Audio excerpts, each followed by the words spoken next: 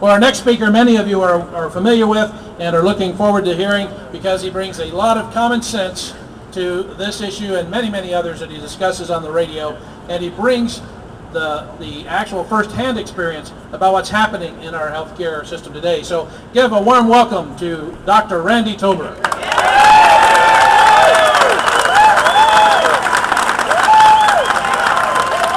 Thank you. Since I'm not the one, I have to depend on note cards of the United States. Hey, this is great to see in this kind of weather and threatening conditions that we have so many people here.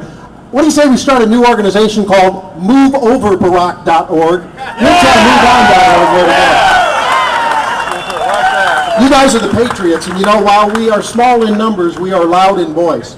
And I think, as I was saying on the air this morning, we went through the Kubler-Ross stages after the election. First there was denial, and then anger, and then understanding, and now enlightenment. And I think we're there. And next, we need to be disciples of what is true American liberty and freedom. And that's what we're fighting for with American healthcare, because it is threatened. We're on the brink. I was talking with a young lady from Argentina who emigrated here 17 years ago, who's in the crowd, Carol. And she's shaking her head and saying, "You guys don't know where you're going, do you?" I said, "This group knows where we're going. We know exactly where we're going." For the first time in my professional life, that's a borrowed line, there is an existential threat to the practice of quality medicine and to the relationship between your doctors and your health. I couldn't be more serious about this. I'm not burning smoke here. This is true. I've had the privilege, and we have the privilege in St. Louis, of really being connected with two of the finest institutions in America, with Wash U and St. Louis U, and all the fine doctors and medical care we get. And because of overregulation that already exists in our system, which amounts to 60% of healthcare in this country, don't kid yourself. We've already marched down that path towards socialized medicine. I've experienced on this side of the stethoscope. You'll be experiencing it if you haven't already, those of you who may know or be on Medicare or know someone who's on Medicaid. What are we already dealing with, and what are they going to give us? Overregulation.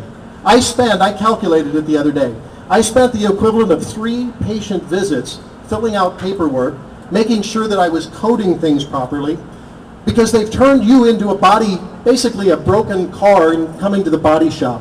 You know how the guy walks around your car and he says, "Oh, we need 2 quarter panels, a tail light, and a bumper." And then there's a little book that says exactly what that's worth. That's what they've done. And the coding books get thicker and thicker and thicker, and the number of diagnostic codes get thicker and thicker and thicker. And every time that your doctor has to march to yet another marching order from Barack, he's the physician-in-chief, and Nancy Pelosi, the scrub nurse-in-chief, and Harry Reid and Max Baucus and Ted Kennedy, they're the first, second, and third assistant at the operating table. None of them, having ever laid scalpel to skin like I have, or tried to thread a catheter up your artery to try to keep your heart pumping, and all of those wonderful technological procedures, none of them have ever experienced administering those or experienced the wonder of having a patient recover from the brink of death and calamity because of that. They continue to become a hurdle and getting in between you and your doctor. And it's only going to get worse.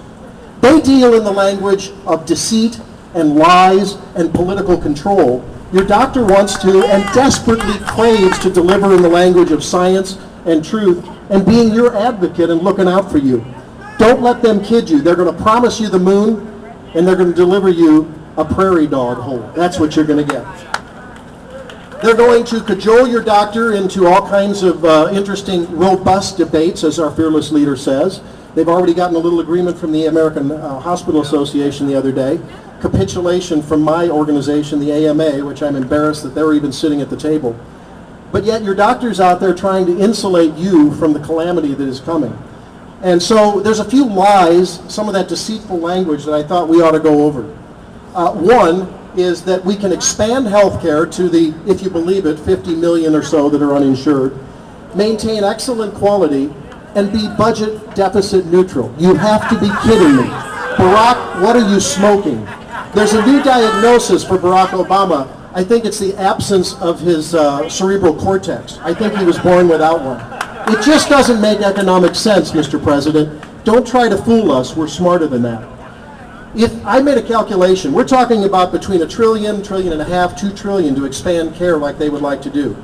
If we took the 50 alleged million that are uninsured, if we took the 20% of the insured who are unhappy with their care, because it's only 20% that are unhappy, that comes out to somewhere between 75 and 80 million people at the most that are sort of needing some care and are unhappy with what's going on. If we took, let's make it a bigger number. Let's say 100 million people, that's a third of the country, are uninsured, underinsured, or would switch to a government plan. Do you realize that for that number, we could give every one of those $5,000, which will buy an awful lot of great health care from any one of the private providers of health care, whether it's an HSA plus a catastrophic policy or whether it's a traditional PPO policy, and it would come up to $500 billion. Those people could participate in the market. They could make sure that with transparent pricing, which is the way it should be, they could ask questions, they could shop around. Currently, and the reason we have a $38 trillion unfunded obligation in Medicare is because there's no questions. Someone else is paying their bills. And doctors, I have to stand guilty, we're all the same. Doctors are writing prescriptions, ordering tests, and doing things because we're not being, our heels aren't being held to the fire. The market makes sure that the heels are held to the fire. Whether you're shopping for car insurance, auto insurance, any other type of insurance, you shop around. You get the best benefit plan, and you make sure that there's an accountability. By bringing people into the market, rather than excluding from them the market and promising them the moon on your taxpayer dime, that's the way to solve health care.